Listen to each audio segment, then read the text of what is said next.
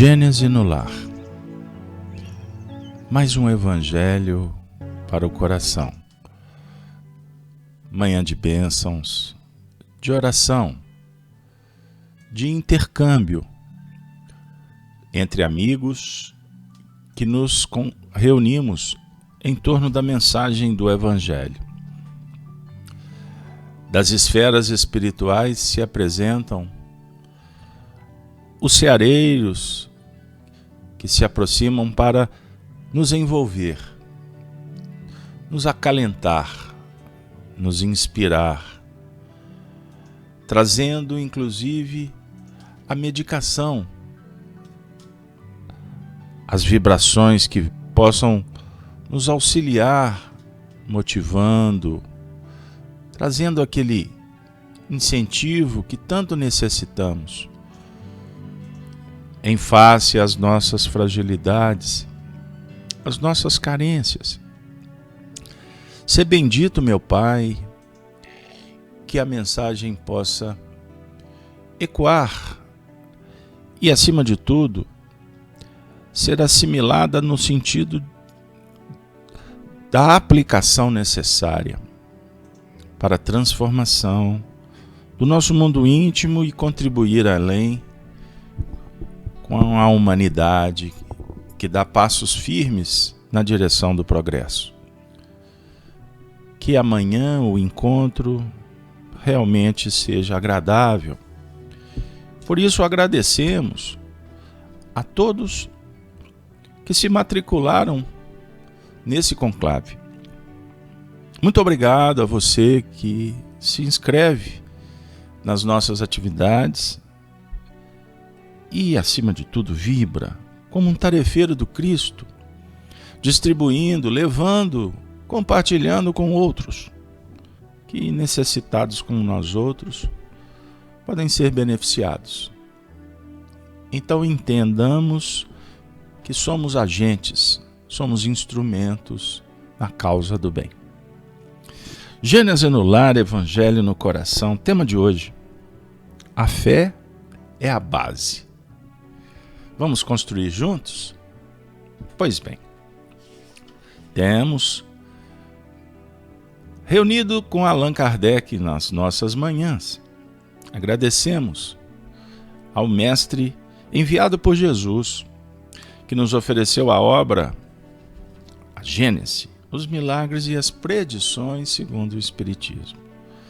Nós estamos no último capítulo, estudando Os Tempos São Chegados. Sinais dos Tempos é o tópico. Kardec inaugura o encontro dizendo: somos informados em todos os lugares. Em todos, viu, pessoal? Olha que beleza. Em todos os lugares de que os tempos marcados por Deus chegaram, quando grandes eventos serão realizados para a regeneração da humanidade.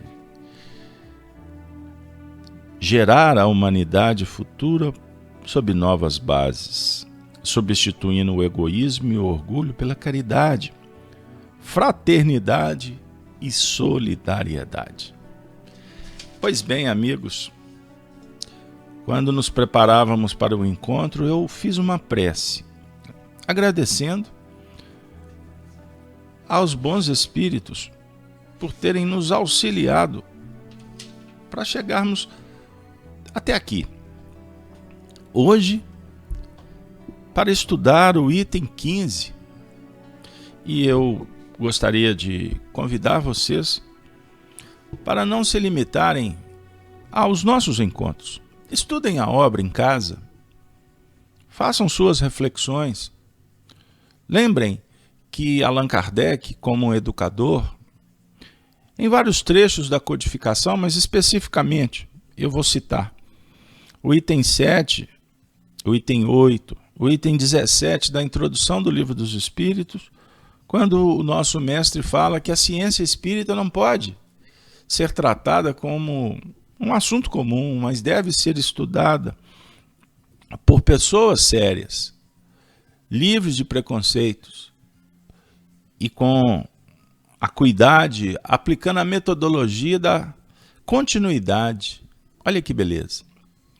Sequencialmente, partindo do simples para o complexo, do particular para o geral.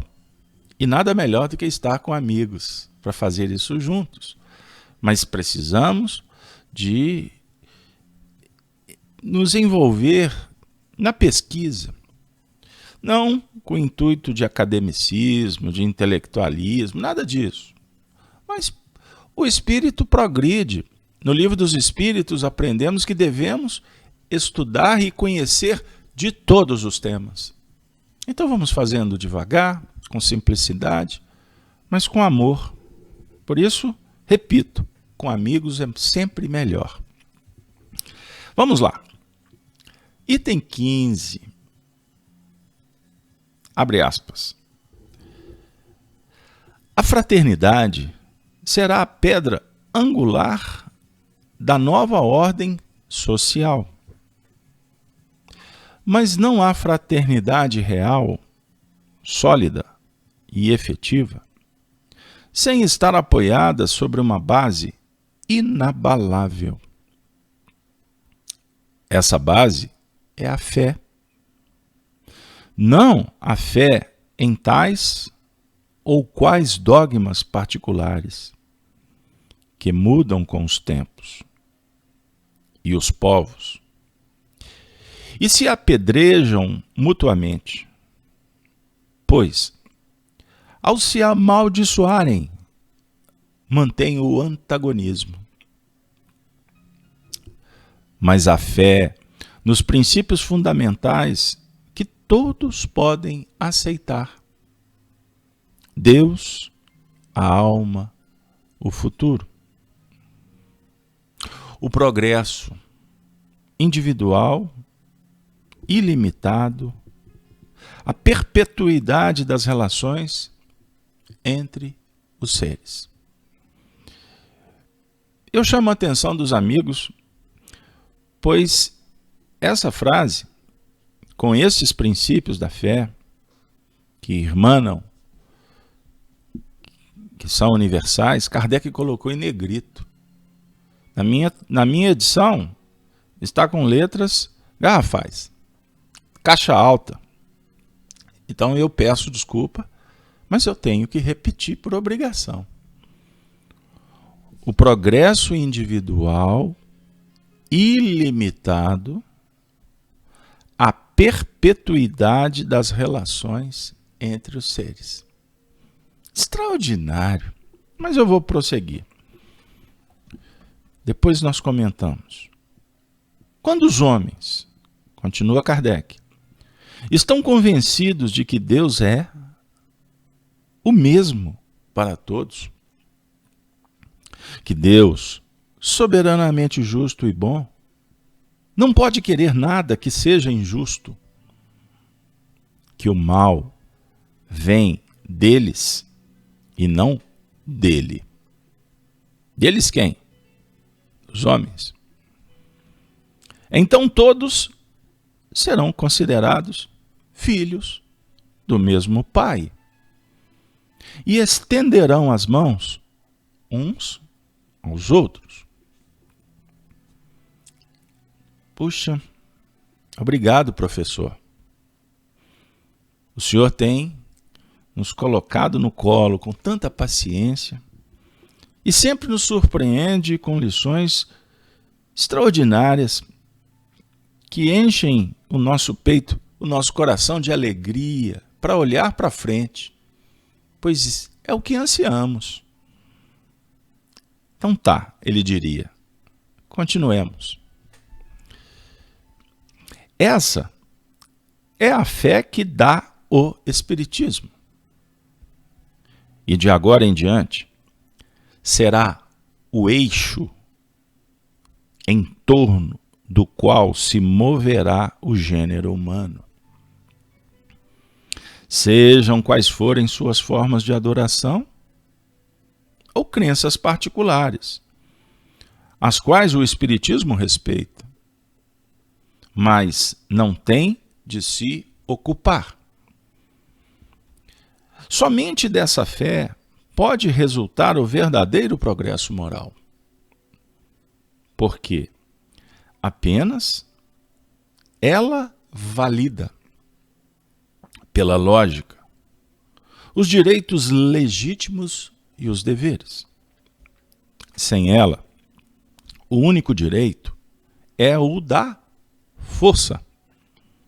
E o dever se reduz a um código humano imposto pela coação.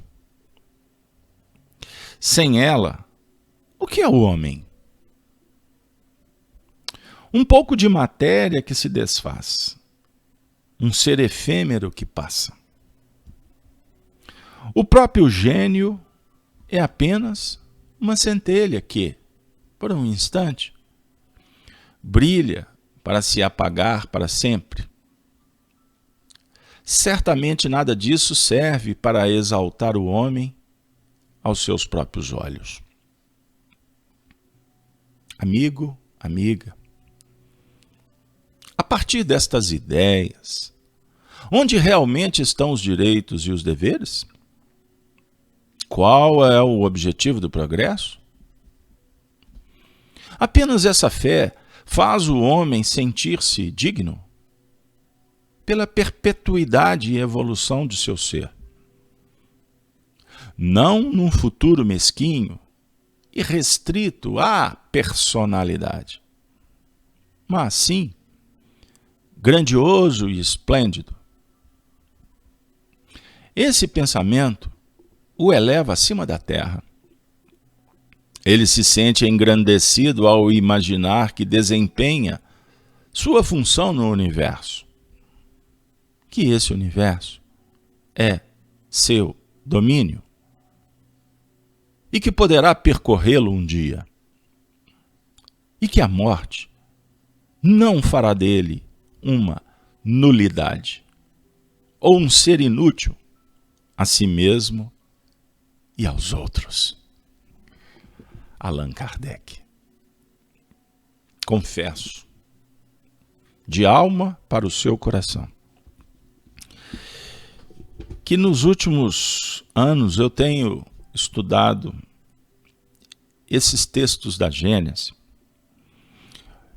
e tenho uma opinião que você pode divergir, e as opiniões divergentes são interessantes para a gente construir juntos.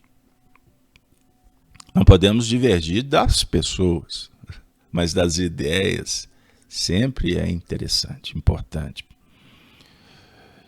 Que é o livro A Gênese é o corolário, é a cumieira da doutrina espírita. É um livro conclusivo de Allan Kardec em torno de tudo que ele fez, de tudo que recebeu dos espíritos, que tem como espinha dorsal o Livro dos Espíritos, que é desdobrado em outros livros, porque Kardec tinha o objetivo de popularizar o ensinamento para todas as pessoas de todas as camadas sociais, de idades, o ensino plural e universal. Pois bem, então o livro A Gênese, ele traz, vamos dizer assim, um movimento, um eixo extraordinário que nos auxilia na gravitação em torno de toda a codificação. Para uns é um livro filosófico, difícil. Por isso que nós estamos tendo a oportunidade de ir ponto por ponto da obra. Por isso, por que eu estou falando? Por que eu estou enaltecendo o livro? Porque de toda a obra, esse item 15 é um dos mais belos, porque ele enseja toda a base, o fundamento de uma evolução consciente, livre e responsável, que o Espiritismo esclarece para o caminho da iluminação interior. Fé.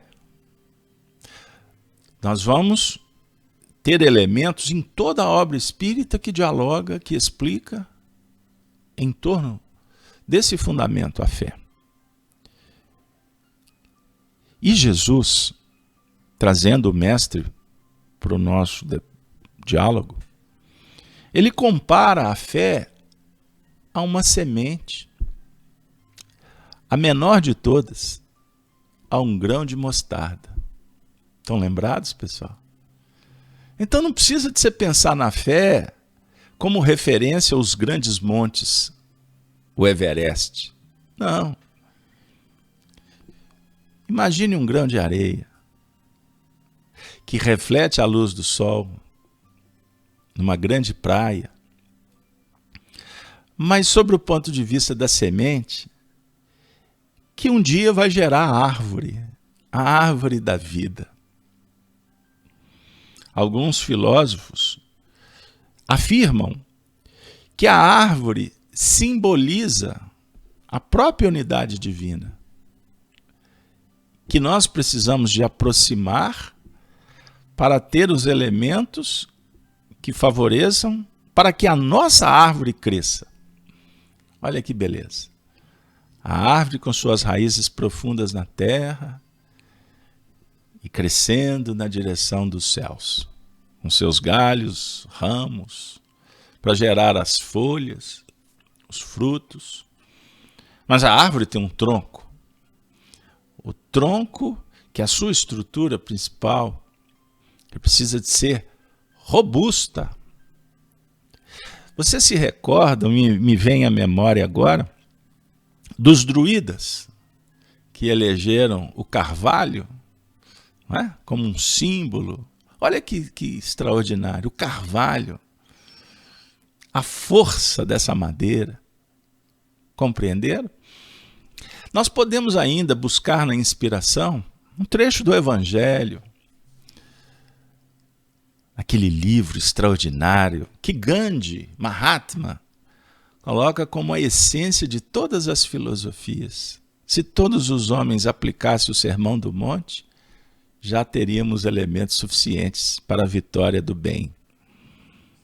E neste texto, Jesus, lá nos momentos finais, depois que ele traz tantos ensinamentos, dentre eles, amai os vossos inimigos, e depois, na sequência, sede perfeitos. Olha que beleza. Que beleza. Mas Jesus fala sobre construir uma casa, a casa mental, e devemos construí-la sobre a rocha, para que os ventos, as intempéries não abalem a estrutura da casa. A fé. Quantos ensinamentos nós podemos buscar para compreender ainda mais esse texto, ou fazer desse texto um grande farol que há de nos auxiliar na iluminação dos caminhos a serem percorridos. Os princípios fundamentais que a doutrina espírita nos apresenta são temas que representam as próprias leis divinas que nós precisamos de conhecer para viver, e elas estão dentro, como estão em todo o universo. Deus, a alma, o futuro, o progresso individual ilimitado, a perpetuidade das relações entre os seres. Pessoal, vocês concordam que essa frase ela está em perfeita consonância com a síntese apresentada por Jesus para a vitória, para a glória da alma, do espírito imortal? Amor, amor ao Pai, amor ao semelhante, amor a si mesmo. Tal a lei e os profetas, pois o amor é a força motriz para o progresso, que é ilimitado, o que faz com que reflitamos que uma vida só não basta, a reencarnação é um fundamento, Mas numa linha evangélica eu trago Paulo de Tarso, quando dissera na primeira carta aos Coríntios, no capítulo 15, sobre a ressurreição dos mortos, que uma vida só não é suficiente para aprender tudo, para estudar todos os temas e para termos a oportunidade de se matricular na escola da vida para colocar em prática. Eu gosto dos exemplos simples. Você já aprendeu a fazer arroz? É uma ciência. Você é um bom jardineiro? Já se arriscou a cultivar? Precisa de ciência, precisa de conhecimento. E quanto ao cultivar a sua alma, você já está expert? Pois bem, é também uma ciência, é cultura. Esta é a essência da palavra, cultivar a alma para que ela se torne uma árvore frondosa. E como anda a relação com o próximo?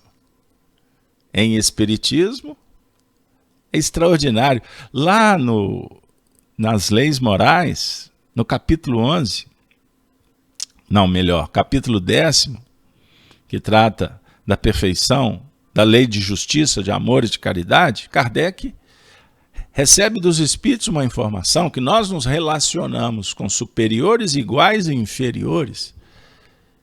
E toda a relação é um desafio para um cultivo que traga benefícios para todos os envolvidos. Então, temos uma ciência. Compreenderam? Se você for dialogar com o seu alimento, nós precisamos de alimentar bem para selecionar e usar as medidas corretas. Precisamos de ciência. Então estamos sendo chamados para refletir nessa ciência, que sob o ponto de vista complexo, o progresso individual ilimitado, mas numa análise bem pequenininha, bem pertinho do nosso dia a dia, seria o mesmo que dizer: faça tudo com o seu coração e procure realizar da melhor maneira possível. É só isso. Quando tu for lavar uma vasilha,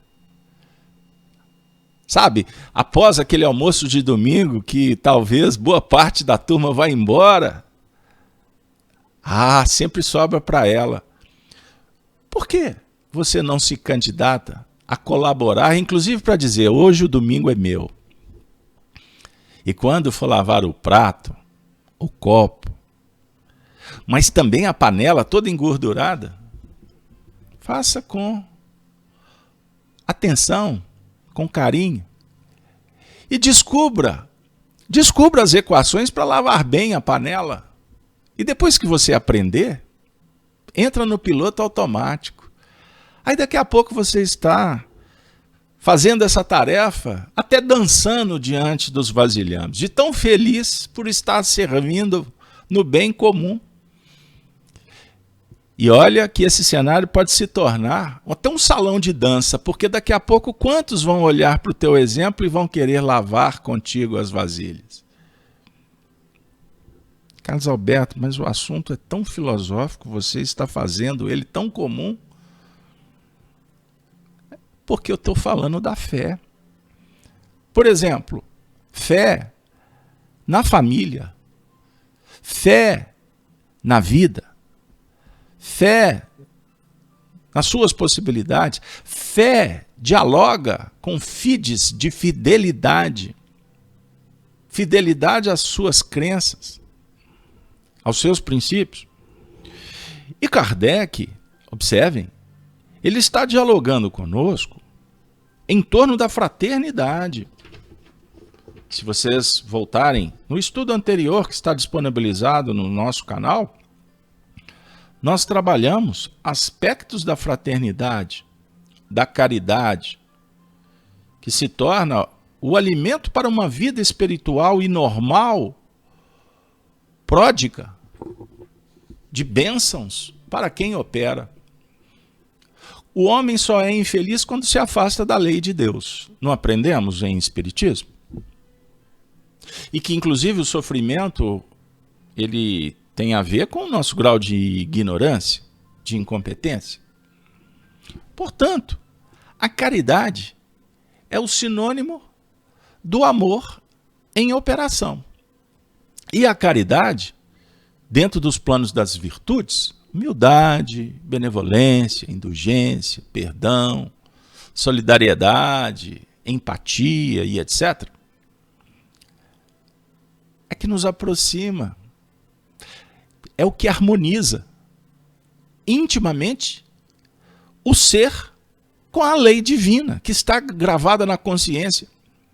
E quanto mais harmonizados estaremos com a lei divina que está na consciência do semelhante, e nós vamos marchando juntos, respeitosamente, sem que ninguém invada o espaço do outro. Mas como um amigo, eu posso ser convidado para entrar no espaço dele. E aí surgirá uma sonata, uma poesia, uma cantiga. E a gente caminha junto, felizes. Eu lidando com a minha imperfeição, procurando administrá-la, o próximo idem, e nós dois juntos, o nosso grupo, a nossa família, vai cuidando de sorte que todos sejamos felizes, pois estamos gravitando em torno da unidade divina, que é a perfeição. E Kardec vem dizer que o eixo para essa gravitação é o conhecimento da lei divina. Por isso é que ele usa o Espiritismo como um eixo central da fé raciocinada. Ah, então, Carlos Alberto, todo mundo será espírita um dia? Me desculpe, mas eu vou ter que chamar o professor Allan Kardec para te responder. E ele diz assim: não o Espiritismo com esse revestimento que nós estamos dando para ele. Aspectos de uma religião que veio comparar a outras, contribuir com outras. Não. Mas o Espiritismo é em essência, porque o Espiritismo está no livro da natureza. Os egípcios falavam de Espiritismo, os caldeus, os babilônicos, os gregos, os druidas citados, os incas, os astecas, os maias. As civilizações antigas falavam de Espiritismo. Os egípcios não nominavam um Deus, usavam símbolos dos deuses. Mas na essência hermética, na escola de Hermes Trismegisto, Deus era o todo universal. Deus para todos os povos.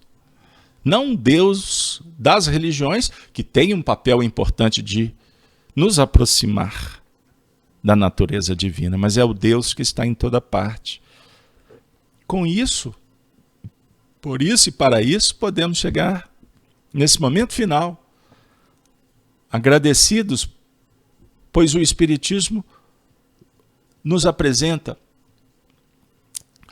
essa essência doutrinária dos princípios que dialogam com Deus, a alma, o futuro, o progresso,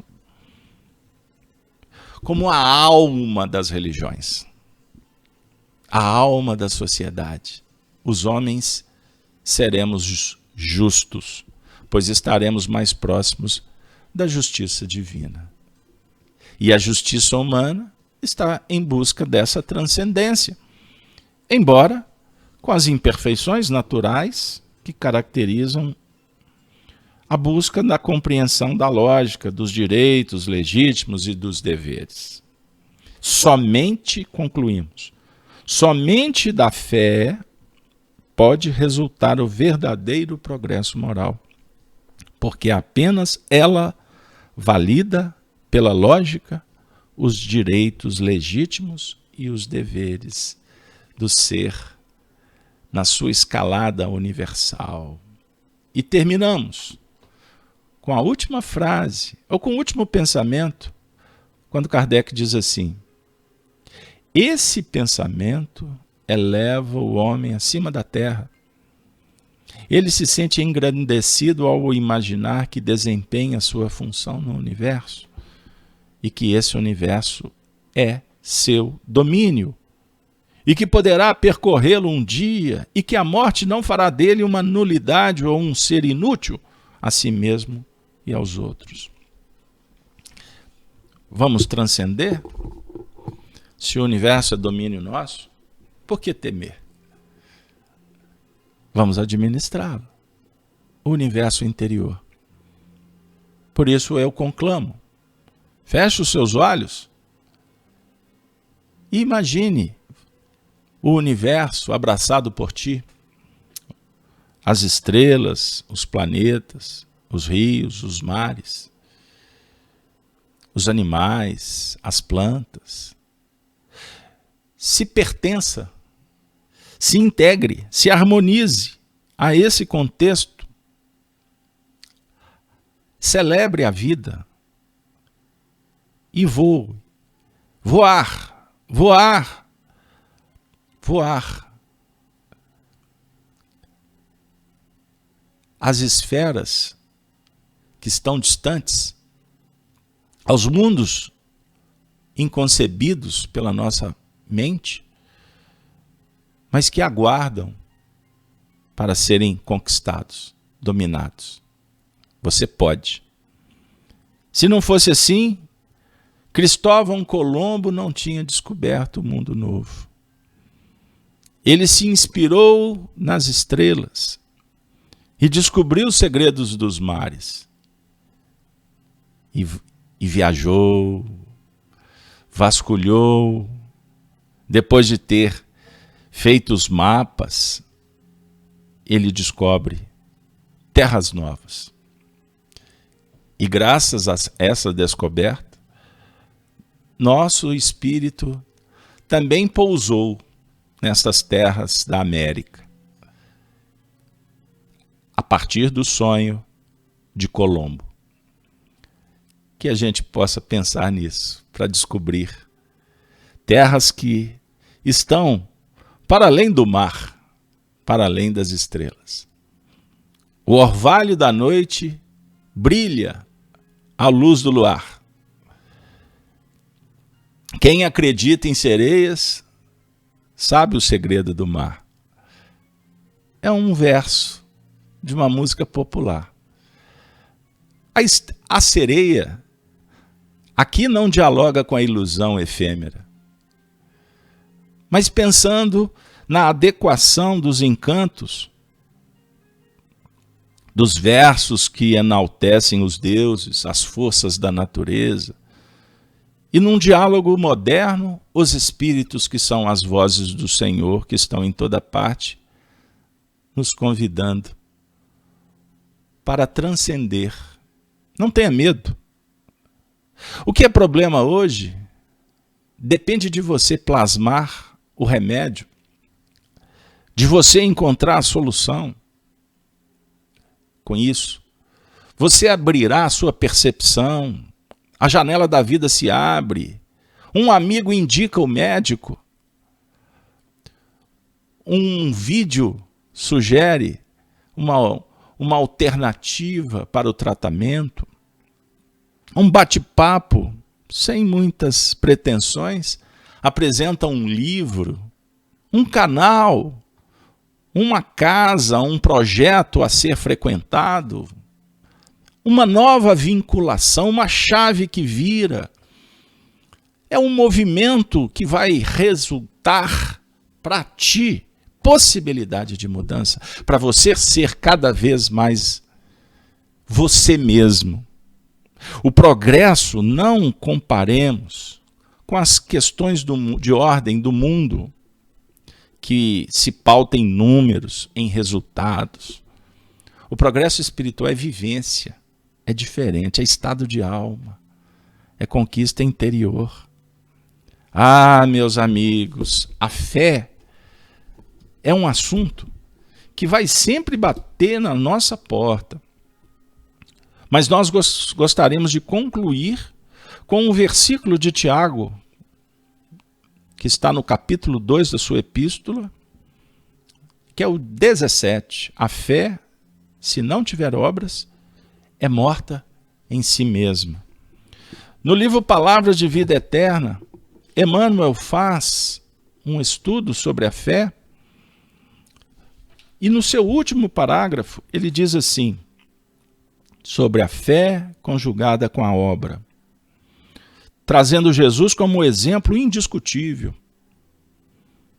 Não se limitou o Senhor à simples glorificação de Deus nos passos divinos, quanto à edificação dos homens. Por amor infinitamente a Deus, na sublime tarefa que lhe foi cometida, desceu à esfera dos homens e entregou-se à obra do amor infatigável, levantando-nos da sombra terrestre para a luz espiritual. É o que ele sugere que você faça. Que nós possamos descer para fazer luz, levantando sempre os caídos, que somos nós mesmos, mas aqueles que estão conosco, levantando e apontando a cumieira dos montes, o monte da elevação. E só será possível se o viajor fizer luz, pois senão ele não verá o caminho que precisa percorrer e os montes serão apenas sonhos ou cantos da sereia. Fantasia. Precisamos de construir essa realidade a partir do simples, do particular, para o geral ou para o complexo. Na manhã que se abre para o nosso coração, dia 24 de junho, eu gostaria de sugerir que a gente possa encerrar o nosso encontro lembrando das construções mais singelas que estão na nossa porta, nas nossas mãos, para que o mundo novo se faça a partir das nossas crenças, dos nossos princípios. E com a licença de todos, inclusive dos mentores que nos coordenam, de joelhos, eu agradeço a Deus pela data de hoje, dia 24 de junho do ano de 2021. Porque no cenário cristão, dia 24 de junho é um dia reservado para endereçarmos o nosso agradecimento, as nossas preces de reconhecimento a um grande vulto da história, que dialoga com o Espiritismo e com as nossas necessidades de endireitar as veredas. Hoje é o dia consagrado a João Batista, que um dia foi inspiradamente trazido para o seio do movimento espírita das Minas Gerais. E ele se tornou o patrono espiritual da entidade que durante muito tempo foi tida como a casa máter do espiritismo. Isso é figurado, porque a casa máter, na verdade, é cada centro espírita. Mas uma casa que objetiva a união dos espíritas. E ela cumpriu essa tarefa de uma forma gigantesca por mais de 100 anos. Ela foi fundada no ano de 1908 por um grupo em torno de uma figura conhecida como Antônio Lima. Eu estou me referindo à União Espírita Mineira, que teve uma galeria de trabalhadores que representaram o Cristo.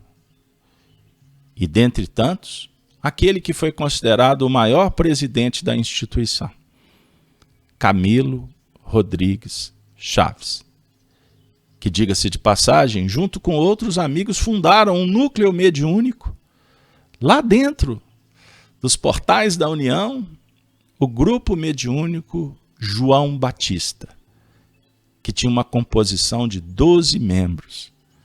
E por lá transitaram espíritos a orientar aqueles trabalhadores que viveram um tempo realmente glorioso.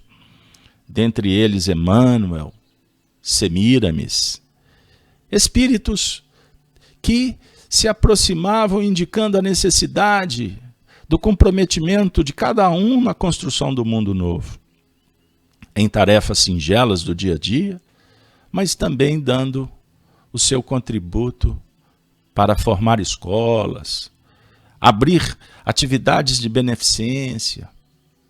E assim a história do Espiritismo foi escrita com esses lápis ouro benditos de corações que hoje no mundo espiritual superintendem as atividades que nós temos feito de uma forma despretensiosa e muito pequenininha, mas como grão de areia a refletir a grandeza do sol do Evangelho. João Batista dissera: arrependei-vos, porque é chegado o reino dos céus. Como precursor do Evangelho, o Espiritismo hoje, no dia de João Batista, se agiganta ainda mais para os nossos corações, pois é o eixo que prepara a nova era para a vitória do Evangelho, do Cristo nos corações.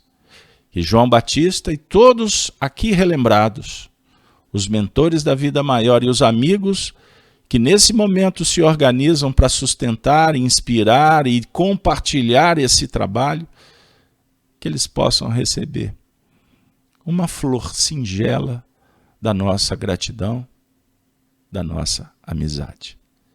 Encerramos com a saudação dos cristãos dos primeiros tempos, pois a igreja de Lyon, lá da antiguidade, ela se materializa cada vez mais perto de nós, a nos inspirar nas nossas atividades do bem. Ave Cristo, Ave Cristo, Ave Cristo sempre. Muito obrigado pela sua participação. Desejamos que você tenha uma bela manhã, um pródigo dia, 24 de junho do ano de 2021.